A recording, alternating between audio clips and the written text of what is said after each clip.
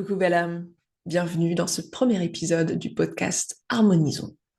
Et je te cache pas que je suis un peu stressée aujourd'hui en commençant cet épisode, car c'est la première fois que je réalise ce podcast à la fois en vidéo et en audio. Et donc ça va être un grand pas pour moi. Et je suis très heureuse de partager cette aventure avec toi. Donc dans ce premier épisode, je vais te parler de faire le deuil du parent idéal. Et ça, c'est pas un mince sujet. En fait, on va aller au-delà de la notion du parent idéal. On va parler aussi de faire le deuil du partenaire, de la partenaire idéale, en termes de couple, mais aussi faire le deuil de l'ami idéal. Si jamais tu te sens concerné par ce sujet, ou si tu te demandes si tu es concerné ou pas par ce sujet, les symptômes qui peuvent t'indiquer que tu es dans une situation où tu aurais besoin de faire ce deuil de ces idéaux qui seraient irréalistes ou inatteignables, c'est de te dire, est-ce que tu es régulièrement déçu dans tes relations? Est-ce que ça t'arrive souvent que, en fait, tu sois dans une situation où tu attendes de l'autre qu'il se comporte d'une manière que tu considères être juste, que tu considères être due, mais que ça n'arrive pas? Ou alors ça arrive un temps et puis tout d'un coup ça s'arrête. Ça peut être des signes qui peuvent t'alerter que tu es dans cette situation où il y a une illusion qui se met en travers de toi et de la relation avec l'autre authentique. Un autre signe, ce serait aussi que il y a souvent dans tes relations des hauts et des bas qui sont importants. Qu'il y a des gros moments où ça va super bien et des moments où ça va super mal. Ça aussi, c'est quelque chose qui peut être un signe qui t'alerte ou te met en vigilance concernant le fait que peut-être que j'ai des attentes par rapport à la relation qui ne sont pas au bon endroit. Et ne culpabilise pas si jamais tu te reconnais là-dedans. C'est pas le moment de te jeter la pierre ou quoi. En fait, on n'a pas grandi avec des modèles relationnels dans la représentation courante qui soient véritablement à la hauteur de ce qu'on vise aujourd'hui. C'est-à-dire des relations qui sont authentiques, des relations qui nourrissent nos besoins profonds, des relations où il y a du respect, de la conscience, un alignement qui se fait, une harmonie. Depuis quelques années, il y a vraiment un éveil au niveau de la conscience, un éveil au niveau des aspirations, de ce qu'on voit être possible ou pas pour l'être humain. Il y a des niveaux de guérison qui sont en train d'être atteints, qui sont probablement inégalés dans l'histoire de l'humanité. Il faut savoir qu'on vient de loin. Si tu regardes juste tes parents, tes grands-parents, et si tu as des souvenirs de tes arrière-grands-parents, si tu as la chance de les rencontrer, le type de relation n'est pas toujours hyper conscient, n'est pas toujours hyper aware sur le plan des émotions. En particulier, il y a un gros éveil sur l'intelligence émotionnelle depuis quelques années, quelques dizaines d'années, mais c'est en train tout un petit peu voilà, de se diffuser là de manière un peu plus générale. Mais toi, si tu t'intéresses à ces sujets de bien-être, de spiritualité, de créer un monde meilleur, bon, tu es à la pointe de l'intérêt aujourd'hui et de ces connaissances, mais elles ne sont pas encore appliquées au plus grand nombre. Et des fois, c'est juste des connaissances, c'est pas encore implémenté, c'est pas encore incarné, quoi. Donc, si aujourd'hui tes relations sont pas parfaites, c'est normal. On vient de loin et pendant longtemps, les relations n'étaient pas faites pour être épanouissantes. Elles étaient faites pour être fonctionnelles avant tout. Qu'on soit en sécurité, qu'on survive ensemble, parce que nous sommes, je le rappelle, des animaux de groupe, des animaux qui vivons socialement ensemble pour pouvoir prospérer. Nous ne sommes pas comme des animaux qui seraient très solitaires, je sais pas, comme pas mal de reptiles par exemple, ou même je vais rester sur les reptiles parce que je risque de me perdre avec d'autres exemples. Les reptiles, c'est assez parlant, je pense. Voilà, t'es un serpent, tu vis ta vie et voilà, tu te préoccupes pas de comment être avec l'autre plus que ça, puisque tu es défini juste par toi-même. Toi, ce qui t'occupe dans la vie, c'est de prendre soin de tes besoins et de survivre et de te mettre bien, et puis c'est tout. Mais les animaux qui vivent en groupe, les mammifères qui vivent en groupe, comme nous, les primates, on a besoin de aussi prendre soin de certains besoins relationnels. Et ces besoins relationnels, ils peuvent, pour être nourris, passer par une stratégie qui va être une stratégie de paraître. Et c'est là où ça commence à nous toucher le titre de ce podcast, qui est cette notion de faire le deuil de ces idéaux. Quand on se met à paraître dans une relation, en fait, il y a un décalage qui se crée entre ce qu'on ressent là tout de suite, peut-être qui on est là tout de suite, nos compétences, nos aspirations, et ce qu'on va présenter à l'autre qui est un semblable et dont on attend une forme de validation, une forme de soutien, une forme de confiance qu'il nous ferait ressentir ou que nous, on aimerait partager avec cette personne quelque chose. Et ces besoins interpersonnels sont fondamentaux pour nous, êtres humains. Ils sont vraiment tellement importants qu'on est prêt parfois à quelque part mentir, dissimuler, grossir des choses ou rapetisser des choses pour pouvoir vivre ces besoins relationnels et les nourrir. Donc c'est un mécanisme qui est 100% naturel. Et est-ce que tu vois, toi, des endroits dans ta vie où tu as cette tendance, quand tu penses par exemple aux relations où tu as souvent été déçu ou alors que c'est les montagnes russes, est-ce que tu vois aussi les endroits où toi, dans ces relations-là, tu cherches peut-être à paraître quelque chose, de faire un effort d'une certaine manière pour que l'autre te regarde et, et, et ait une image de toi que tu penses être celle qu'il attend ou qu'elle attend. Prends un instant pour réfléchir, tu peux même mettre sur pause si tu veux pour prendre vraiment le temps de ressentir et de réaliser à quels endroits est-ce que il y a cet élan, cette pulsion qui est peut-être inconsciente, que maintenant tu vas conscientiser. Cet élan, cette pulsion de te montrer sous un certain angle qui est peut-être pas le plus confortable pour toi, mais qui est celui qui va te faire te sentir en sécurité dans la relation, qui va te faire obtenir un besoin de connexion, de validation de la part de l'autre.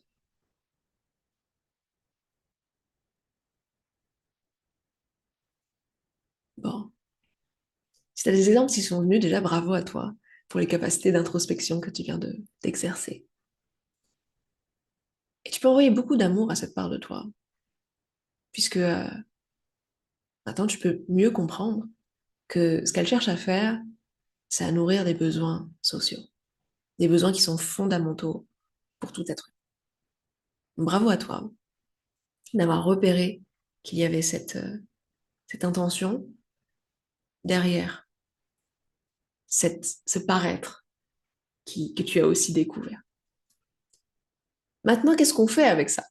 Qu'est-ce qu'on fait pour sortir de ça si on veut sortir de ça? En fait, pourquoi est-ce qu'on voudrait sortir de ça, en fait? Probablement que toi, comme moi, tu aspires à vivre plus de sérénité et de confiance dans tes relations, quoi. Plus de détente, plus de simplicité, plus de spontanéité. Et le problème du paraître, c'est que c'est un peu comme un mensonge. Euh, une fois qu'il est posé, on est un peu comme emprisonné par ce dernier, quoi. On a dit un truc une fois et après on sent qu'on doit tenir la mascarade, tenir l'artifice, l'illusion en place pour pouvoir continuer d'obtenir le bénéfice que le mensonge nous a permis d'obtenir. Et donc là, on a vu que le bénéfice, c'était un besoin relationnel, ça peut être un besoin de connexion, un besoin de partage, un besoin de validation, un besoin de soutien.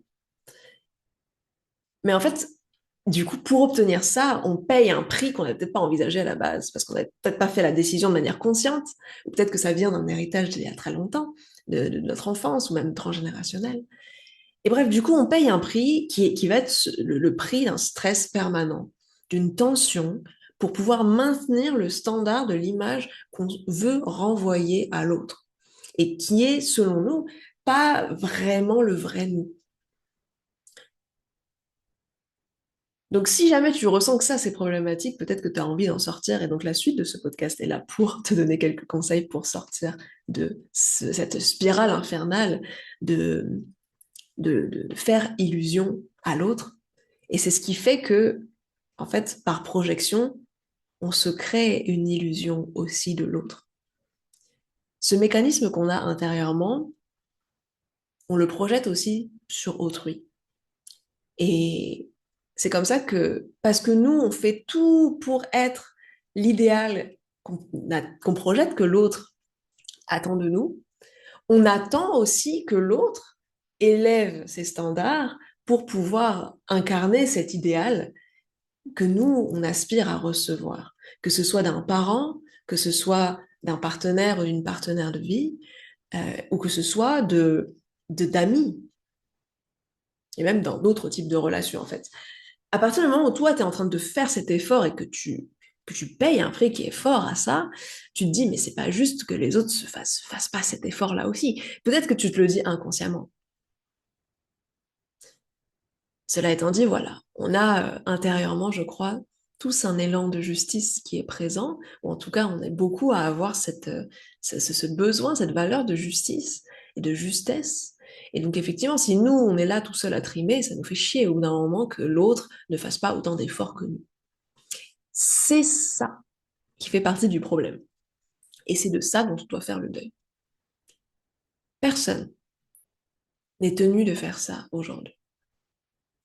Sauf dans des cas assez spécifiques et assez tristes et douloureux, qui sont des situations où on est vraiment dans un mode de survie et que notre survie dépend de la relation et que là, du coup, bah, survivre est plus important sur l'échelle de priorité que de s'épanouir et de se sentir bien et de se sentir authentique. Donc du coup, voilà, si on est dans une situation de survie,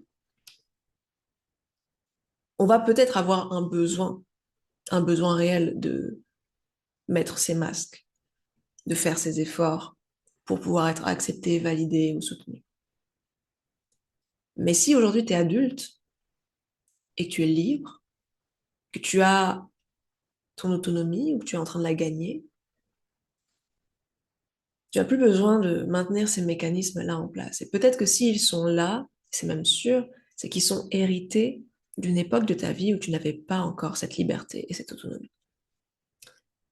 En tant que thérapeute qui travaille beaucoup sur les héritages transgénérationnels et la guérison des traumas, notamment les traumas complexes qui sont causés par l'environnement de vie quand on est enfant, on est beaucoup pendant l'enfance à ne pas avoir reçu à la hauteur des besoins qu'on avait de la part de notre environnement, que ce soit par les parents, que ce soit par l'école, que ce soit par les personnes qui étaient là autour de nous, des frères et sœurs, des amis, des camarades d'école. Et du coup, on a appris, parce qu'à cette époque-là, on était dépendant de ces environnements, on ne pouvait pas se barrer comme on voulait, on ne pouvait pas décider de, tiens, là, ça m'énerve, je quitte ce cours parce que le prof me respecte pas, ou je quitte cette famille parce que je suis pas assez soutenue émotionnellement.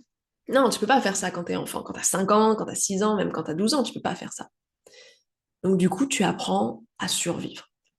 Tu apprends à faire passer avant tout le besoin de lien qui te protège et dont tu es dépendant, plutôt que de faire passer ton besoin d'authenticité en premier, puisque à ce moment-là, encore une fois, ce n'est pas la priorité, c'est normal. Mais aujourd'hui, en tant qu'adulte, si tu te retrouves dans cette situation, c'est important de pouvoir rendre au passé ce qui lui appartient, mais aussi d'envoyer tout plein d'amour à cette part de toi qui a manqué à cette époque et qui a fait ce choix de survivre plutôt que de prendre le risque d'être rejeté. Et aujourd'hui, une des clés que je te partage, c'est une philosophie, mais c'est aussi un positionnement intérieur qui est important et tout un processus que j'utilise dans les thérapies et les suivis que je transmets et que j'accompagne, c'est de faire un processus de reparentage. C'est-à-dire que aujourd'hui, tu as besoin d'intégrer que tu es pour toi-même ton parent idéal. Tu es pour toi-même ton ami idéal. Tu es pour toi-même ton partenaire, ta partenaire de vie idéale. En priorité. Tout ce qui est de l'ordre du passé, toutes les blessures, les besoins pas nourris, les conditionnements qui viennent de ton histoire, ça n'est pas à quelqu'un à l'extérieur de toi, dans une relation perso ou pro, c'est pas à eux de guérir ces blessures-là. Bien sûr, si tu en prends l'entière responsabilité, tu peux trouver des gens autour de toi qui vont t'aider, qui sont alignés avec la nouvelle personne que tu es et qui vont t'aider à nourrir tes besoins parce que juste toi, tu les choisis. Tu choisis des personnes qui ont la bonne influence sur toi, qui ont les bons comportements pour toi. Mais du coup, tu es dans cette posture de reparentage à ce moment. Tu prends la responsabilité totale. Tu n'es pas en attente que quelqu'un vienne te sauver. Et tu n'es pas non plus en train d'attendre que l'autre change pour que tu puisses te sentir bien. Donc il y a plein de choses très importantes que je suis en train de dire dans ce podcast et dans cet épisode qui peuvent peut-être te chambouler. Donc donne-toi beaucoup d'empathie, d'amour là tout de suite, si jamais il y a des choses que tu comprends à l'occasion de ce podcast qui sont des compréhensions importantes sur ta vie. Mais l'invitation que je te propose, c'est vraiment cette invitation importante de se reparenter, de revenir au cœur de toi-même et au cœur de ta vie et de prendre ce rôle, prendre le rôle de celui ou celle que tu aurais voulu avoir à tes côtés ou que tu aimerais avoir aujourd'hui à tes côtés. Et c'est un travail qui n'est pas simple. Ça demande plusieurs choses. Et je vais te donner quelques clés ici. Ça te demande de déjà savoir ce dont tu as besoin et quelles sont tes valeurs et ce que toi tu veux dans ta vie. Et ce point, il est très très important parce que tu peux pas vraiment prendre soin de toi et te respecter et être authentique si tu ne sais pas ce dont tu as besoin, où tu vas, d'où tu viens et pourquoi est-ce que tu fais les choses et qu'est-ce qui te nourrit dans ta vie. Tu as besoin d'avoir de la clarté sur ça. Et pour ça, aujourd'hui, on a la chance de vivre dans un monde où, en termes de développement personnel, tu as un maximum d'opportunités et d'options qui sont à ta disposition. Tu as plein de livres, tu as des stages, des séminaires, des programmes en ligne, tu as des chaînes YouTube, des podcasts, des cahiers d'exercices. Tu as vraiment tout un ensemble de choses qui sont à ta disposition pour explorer, apprendre à te connaître et à te respecter. Et il n'y a que toi qui pourras expérimenter et valider par l'expérience qu'est-ce qui fonctionne pour toi, pour ton corps, pour ton âme, pour ton esprit. Qu'est-ce qui fonctionne pour toi et qu'est-ce qui ne fonctionne pas ou qu'est-ce qui a besoin d'être réajusté. Ça, c'est un premier pilier hyper important pour pouvoir te reparenter, pour pouvoir incarner pour toi ton parent idéal, mais aussi ton couple idéal, mais aussi ton amitié idéale, de l'être de toi à toi, en priorité. Ensuite, une autre clé qui est importante, c'est que pour pouvoir bien ressentir quand tes besoins sont nourris, quand tes valeurs sont nourries, quand tes limites sont respectées, tu as besoin de pouvoir être dans ton corps. Ton corps, c'est un être sensoriel qui vit dans le présent, ancré. Ton corps, c'est un animal. Et tu vois comment on dit les animaux, ils ont cette capacité de pureté, d'être dans le présent, ils sont honnêtes, ils sont authentiques. Ils font pas semblant. Ils sont là et ils n'ont pas cette capacité que l'être humain a de créer plein d'histoires et de se raconter plein de trucs et de mentir comme avec le niveau de complexité que nous on a. Donc vraiment, il y a une grande pureté qu'on trouve chez les animaux et ton corps est un animal. Bonne nouvelle. Donc tu as ce véhicule, ce temple d'authenticité qui est juste là à disposition et tu as besoin pour te reparenter, de réintégrer ton corps. C'est assez typique, justement, le fait d'avoir vécu dans un environnement négligent ou maltraitant, simplement pas assez nourrissant, c'est assez typique qu'ayant vécu dans cet environnement-là, il y ait des parties de toi qui se soient dissociées, qui soient dans une forme de refus d'incarnation, de refus d'être là, dans le corps, dans le présent. Parce que quand nos besoins ne sont pas nourris et que nos valeurs ne sont pas nourries, ça fait mal, c'est douloureux. On ressent des émotions qui sont désagréables, de la colère, du dégoût, de la tristesse, de la fatigue. Et si à ce moment-là, les personnes, les adultes qui sont responsables de nous ne sont pas en mesure de comprendre pourquoi on ressent ces émotions-là, pas en mesure d'accompagner ces émotions, pas en mesure de nourrir les besoins parce qu'ils n'ont pas les ressources, pas la conscience, pas les connaissances pour nous aider à ça, à un moment donné, quand la douleur reste trop longtemps, le corps dissocie. Il se dit, bon, écoute, c'est pas la peine, en fait. Là, genre, ça ne marche pas.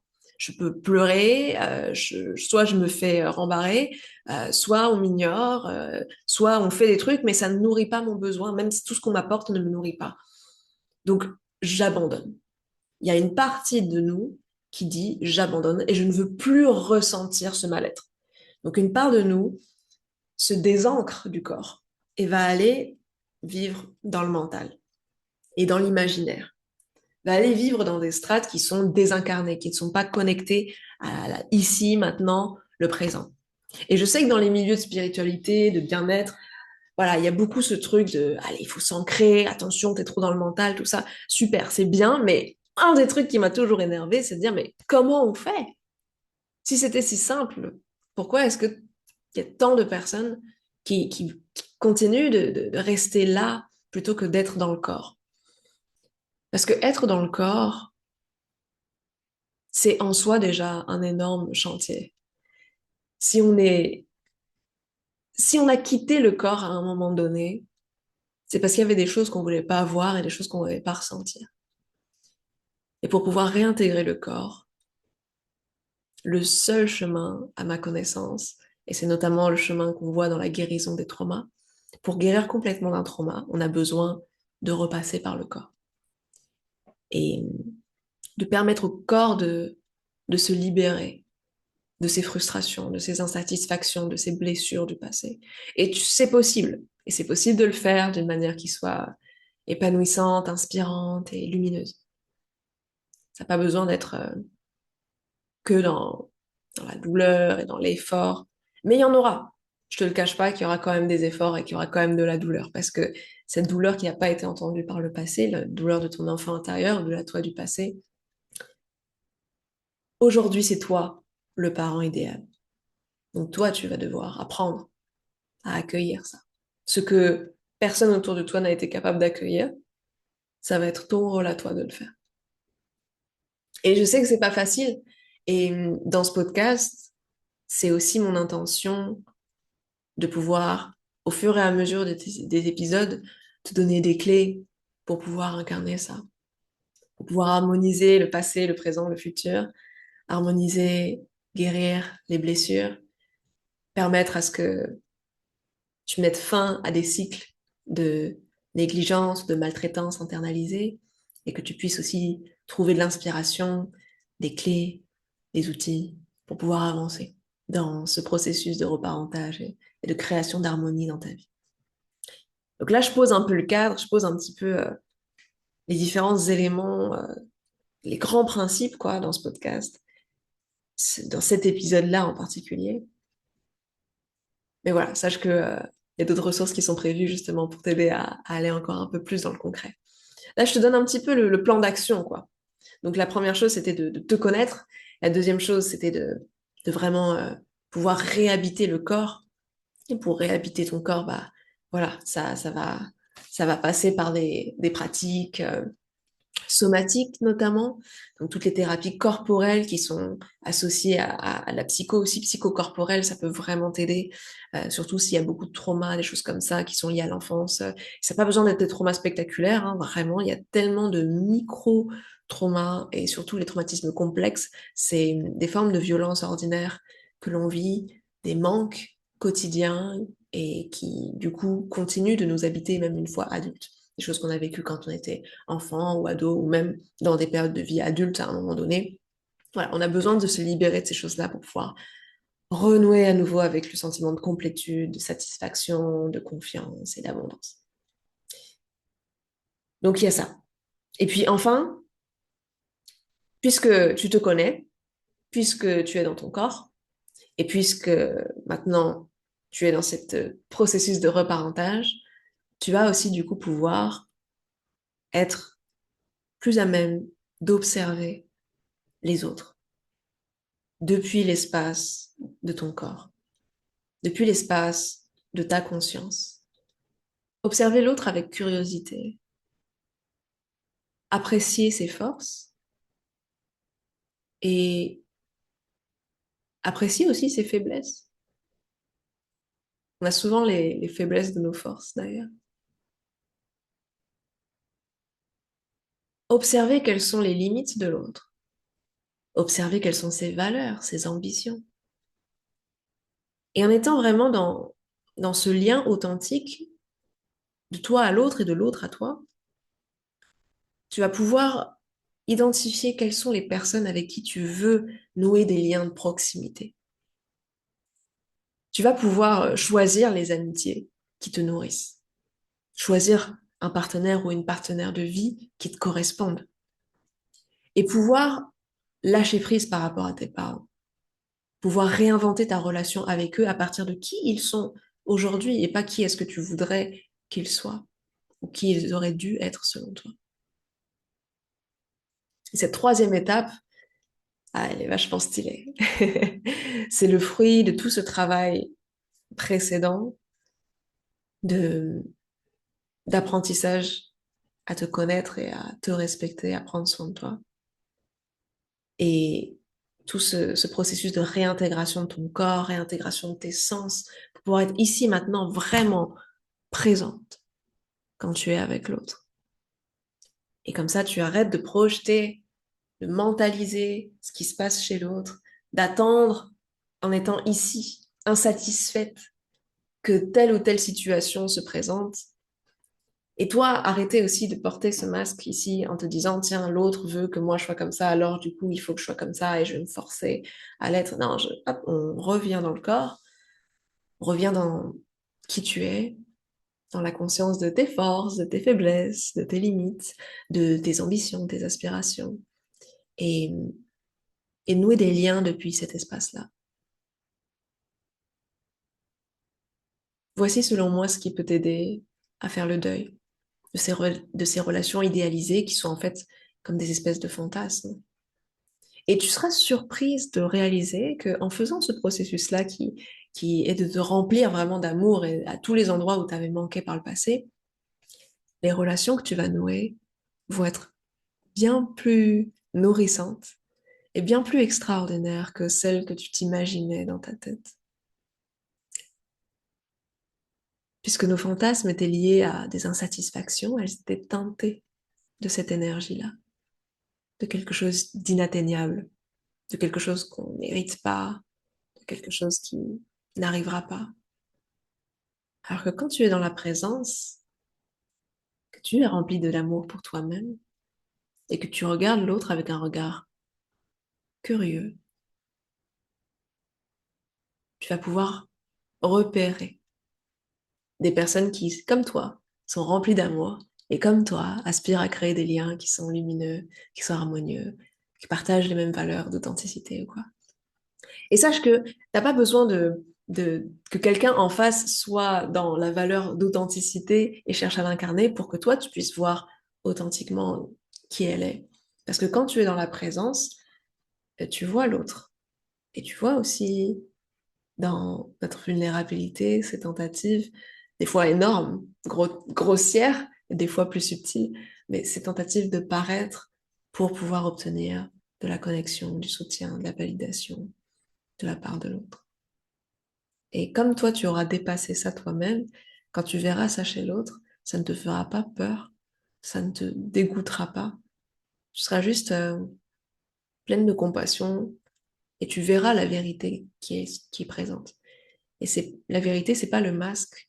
La vérité, c'est derrière une forme de vulnérabilité qui cherche à se protéger pouvoir obtenir quelque chose dans notre humanité sociale.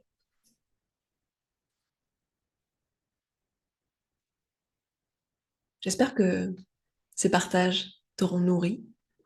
C'est un premier épisode, un pilote, un petit peu spontané, un petit peu en vrac, et en même temps, j'ai essayé de structurer les idées pour que ce soit le plus clair possible.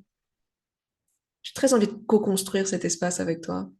Donc si jamais tu veux me faire des feedbacks sur cet épisode, me proposer des idées pour des prochains épisodes, des sujets ou des questions que tu as, c'est avec un très grand plaisir et même ça va beaucoup m'aider. Donc je te remercie pour ta participation. Et si tu as aimé cet épisode et qu'il t'a été utile, je t'invite à le repartager autour de toi à des personnes qui sont elles aussi en quête d'harmonie. Prends bien soin de toi, belle âme. Je t'embrasse fort. Et je te dis à bientôt dans un prochain épisode.